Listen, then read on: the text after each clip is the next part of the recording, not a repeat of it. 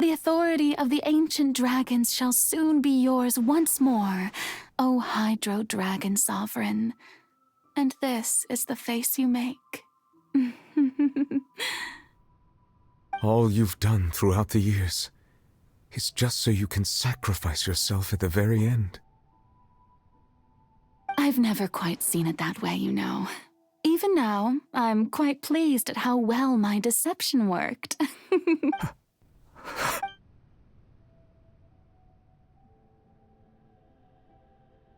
Hydro Dragon,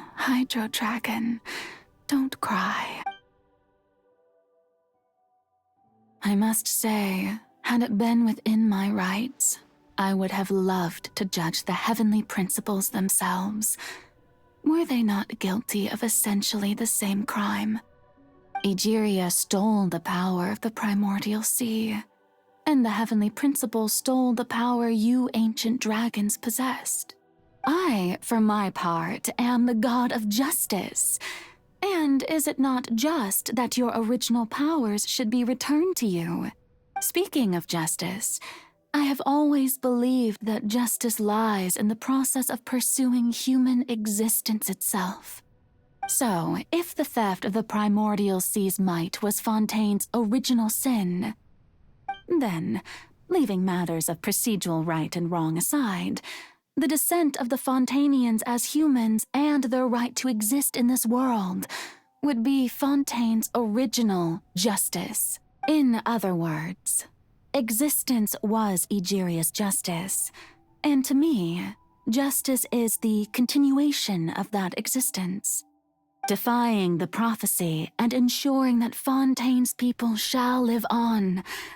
That should be the justice enthroned over all others. At this point, we, whether it be myself or all other Fontainians, have shouldered the burden of this sin for far too long. Iudex Nervillet, the highest judge in our land, when you regain your full power as an elemental sovereign, what verdict shall you pass upon us? So when I was invited to the court of Fontaine to serve as Iudex, I see now that that was your idea too. At last, I now understand the true purpose behind this position. In the beginning, I was uninterested in human existence. But these 5 centuries of living alongside them have gradually brought about mutual understanding between us. And I have even attempted to feel as they feel. You are a devious one, Focalor. Things being as they are, surely you know that I could never declare them to be guilty.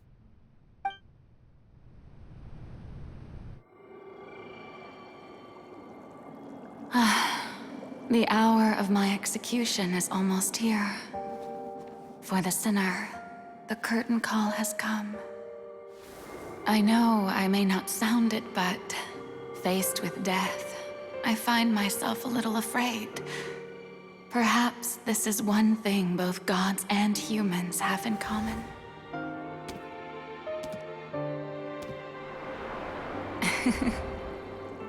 Farewell, Nervillet.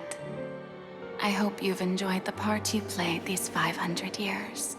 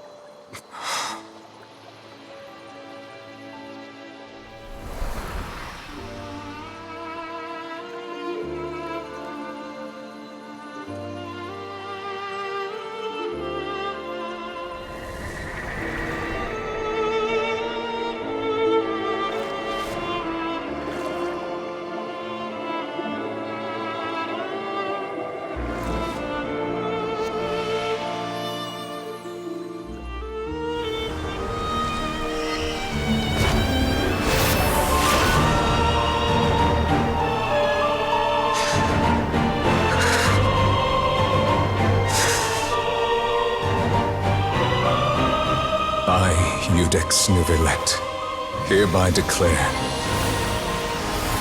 people of Fontaine, your sins are forgiven.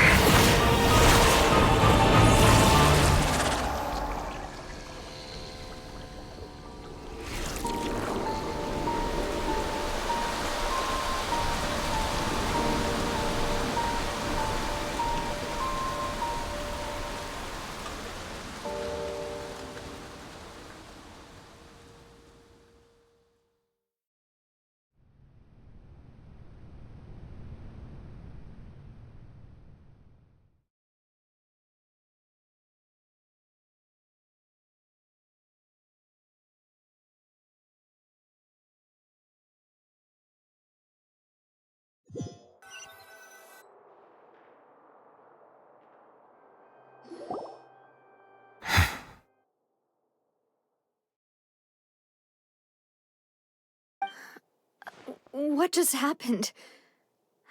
Has the death sentence been carried out? Was that bright light some sort of misdirection? I have a feeling that something huge just happened. But since we're all still alive and haven't been dissolved, I assume whatever happened was good for us. It's time to end this. We must mete out punishment to that beast. Didn't you say just a moment ago that it can't be defeated?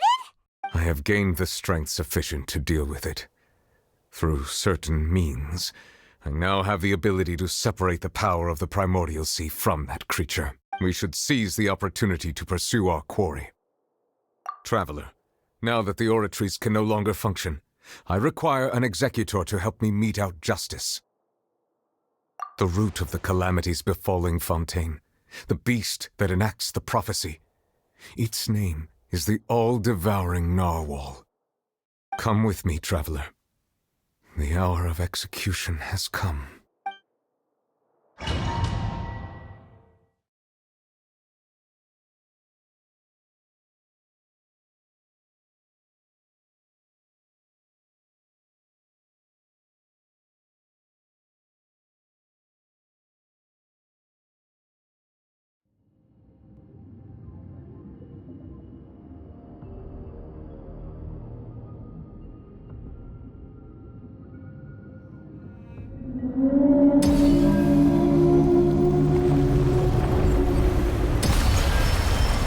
We're going to execute it? But how are we going to do that? It's huge! I've already done my best to separate the power of the Primordial Sea from the Whale. Considering the size of the beast, I cannot reach the power source. Unless we can find a way to attack it from within. I shall share a part of the ancient dragon's power with you. We shall look for an opening together.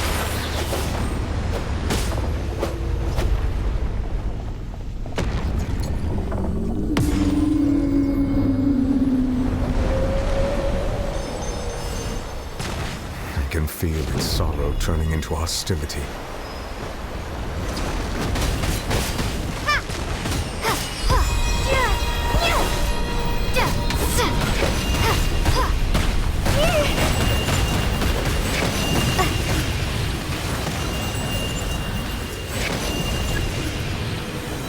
Drop! The all-devouring narwhal cannot resist its instinct to devour.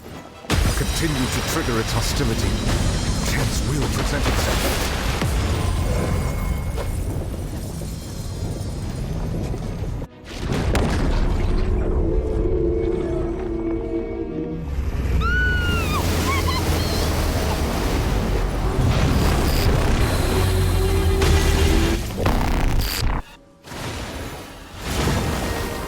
Why is there a hole-looking thingy over there? It looks really scary!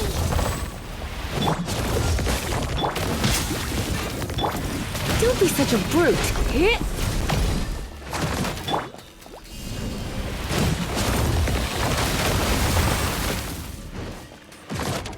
I have granted you my protection. Do not fear. Seize the moment and use my power to suppress its root from within.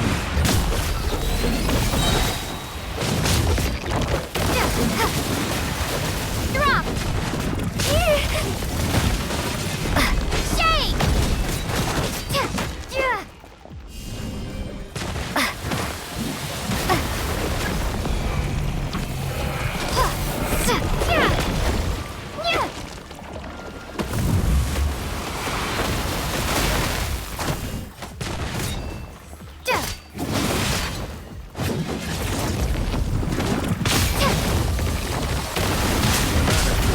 authority of the ancient dragons. Witness the might of the primordial sea.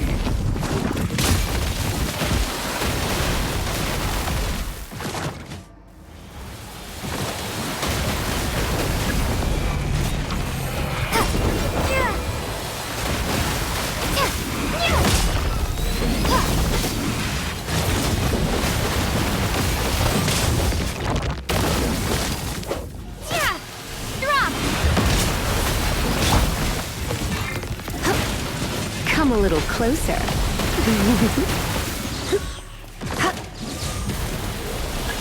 Dodge this!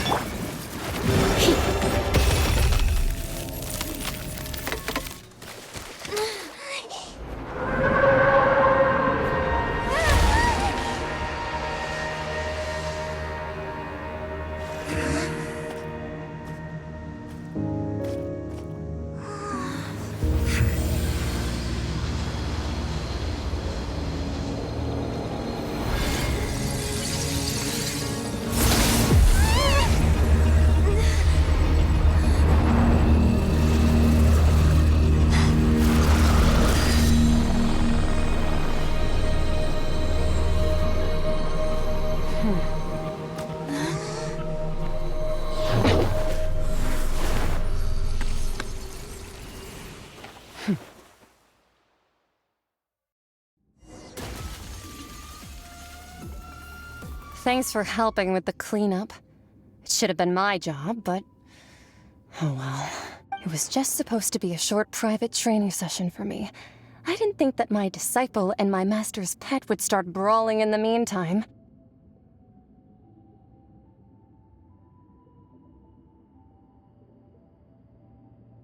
Well, actually, I had a feeling that it would happen at some point, but they bumped into one another earlier than I thought.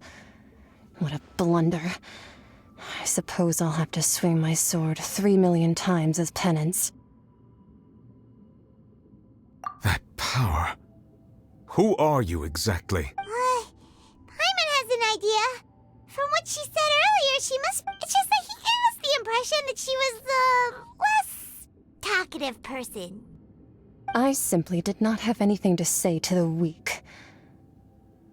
But you, on the other hand, managed to defeat the all-devouring narwhal without using power from beyond this world. So you may speak to me as equals.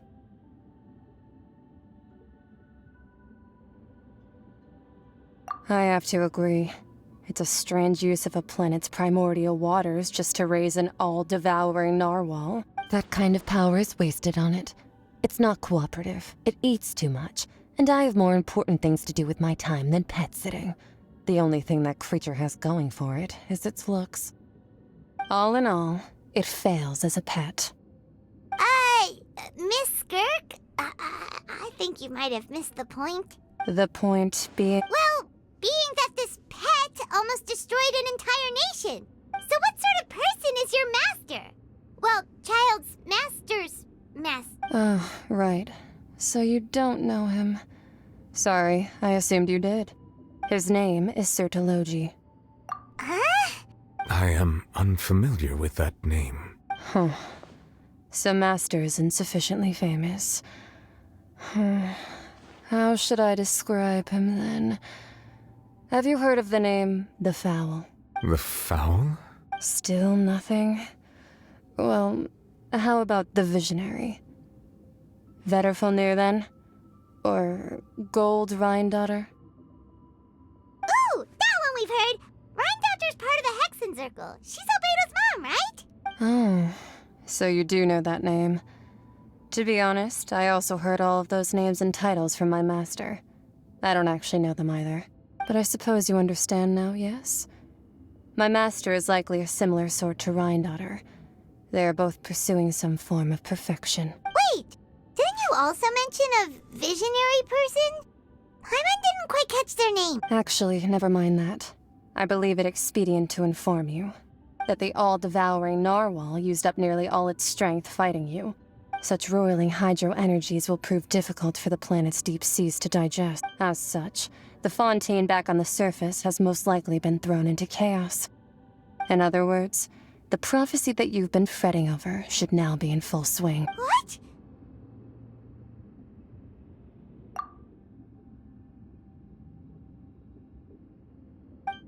Not to worry. Focalor has already managed to deceive the heavenly principles. In the end, the people will all be dissolved into the waters, and only Farina will remain, weeping on her throne.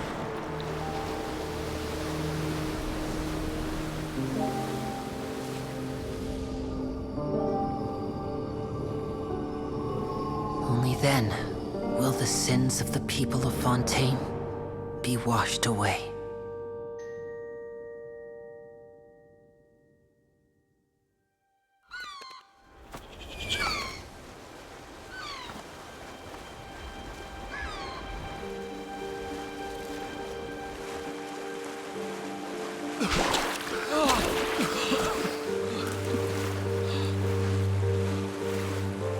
Hey! Help! Over here!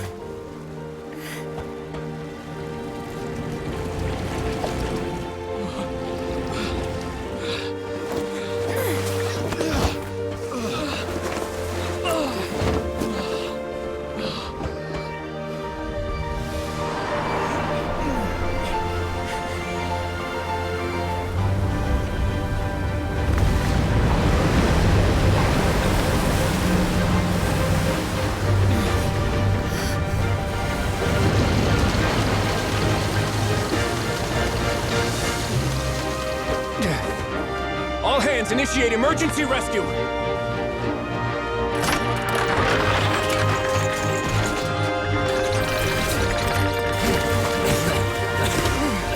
Hurry!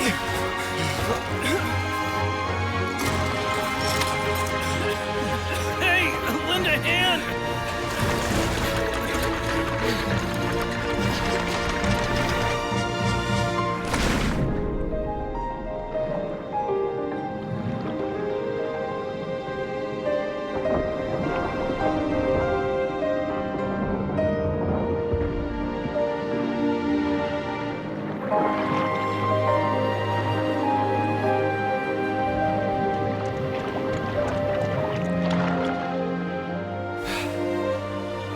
Look! The water's receding!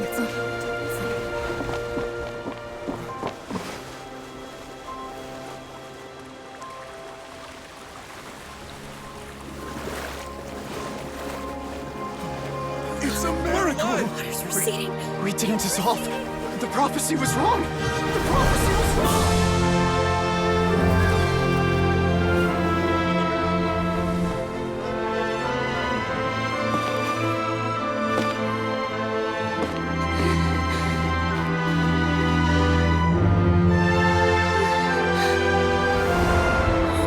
Are you alright? Yeah. We're saved. The prophecy was wrong.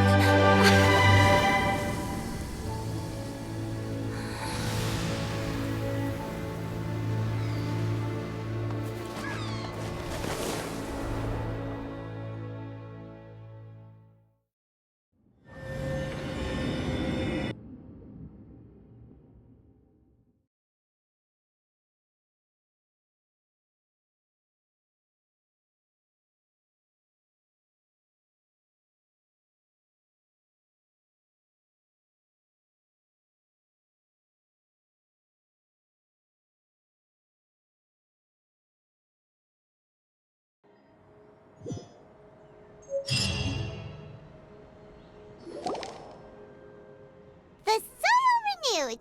The Spina talks post-disaster rebuilding. I recently visited Poisson to meet with Miss Navia, spokesperson of the Spina, and we spoke about Poisson's present and future. Old soil can still give birth to new bloom, Miss Navia stated. Hope is like seeing a small cookie when you're starving late at night. You just need a little of it. Skyship Winglet, lunar brain of the Fontaine Research Institute. The various disputes that have arisen on account of Mr. Edwin have suddenly become a shield over the Institute, with Jurier turning out to be a once overlooked hidden gem. People always call the first researcher mad, but few know what to call the second. And should that latter person achieve a miracle, they would find it all the harder to find a word with which to classify him and his team. Wow! Paimon barely recognizes the people in the reports. Are those really Jurier and Navia? They sound like real big shots. What do you think? Pretty enthralling, huh? The Steambird's idea was pretty simple. With the disaster just having passed, we would print a free edition packed to the margins with good news to calm people down. The value for these big scoops lies in their inevitable follow-ups. We'll publish further reports and go into the stories behind those people. Edwin's assistant, Jurier, created a true flying ship, while Navia is leading people in the reconstruction of their home. I'm sure that these stories could draw even your well-traveled eye. Paimon's curious too! Wait a minute. Didn't we watch everything happen from start to finish? What's there to be curious about? And that's exactly why I'd like you to come conduct interviews with me. You're the best incubators of news, if you haven't noticed. And also, with you around, I'm sure I'll get to see that Duke. Are you sure? Hasn't he turned you down several times already? Oh, this time will be different. Come on, let's head to Poisson first, and then make a trip to the fortress. There are some things you'll only know when you get there.